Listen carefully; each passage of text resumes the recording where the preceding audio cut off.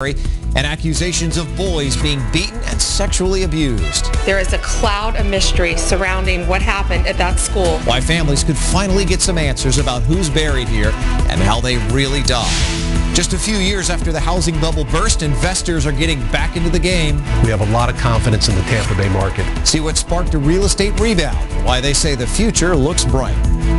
It's a Jamaican lottery scam that's targeting the Bay Area. It's outrageous. Lawmakers want to know more after a Fox 13 investigation. You're watching Fox 13, and the 10 o'clock news starts now.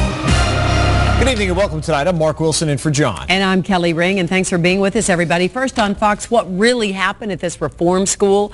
It's a question that continues to haunt the families of boys buried at the place where children were abused and many of them died. And tonight, those families are a big step closer to getting some answers about the controversial Dozier School for Boys. Fox 13's Deborah Bowden is here now. So tell us, Deborah, what's being done to try to solve this mystery? Well, Florida's Attorney General is now petitioning the court for permission to find and exhume all of the bodies, not just the ones at Boot Hill Cemetery, but the others that are in surrounding areas around the school. Once they're found, she's now asking that the court let the medical examiner exhume the bodies and finally get to the truth about what really happened there. They were just children, little boys as young as 6 years old, others in their teens. Many believe they are buried here in unmarked graves at the Dozier School for Boys in Marianna. Buried here along with the truth. It's heart-wrenching to go up there and look around those sites. All those kids are just left up there, unmarked, unknown. Nobody knows where they were buried. It's time this ends. It's time it ends. Glenn Varnadoe's uncle, Thomas, was one of them. In 1934, he and Varnadoe's father were sent to the school for walking through a neighbor's backyard. 35 days later, Thomas was dead. Varnadoe's father watched a man at the school bury his little brother. I want to see this 13-year-old kid brought home and buried at his rightful place beside his mother. But he and other family members may be closer to getting those answers.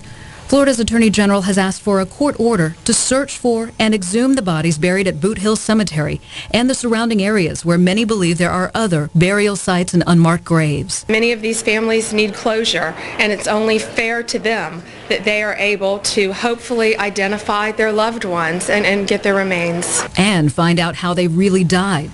Anthropologists at USF have already identified 50 possible graves. They've also identified nearly 100 deaths at the former reform school using state records. It's a great day. I was overjoyed when I saw the announcement from the Attorney General. Now Varnadoe hopes they'll finally learn the truth. I don't think there's any question we're going to unearth 50-plus graves we've already identified in that Boot Hill area. I hope and pray one of them is Thomas. But if not, then we're still left with where are the rest of the guys that are missing. Now, the Dozier School was finally shut down in 2011. And if the court signs off on this petition, I'm told the medical examiner's office and USF researchers could be ready to start by the end of this month. And they'll have 1 year to get all that work done. Mark?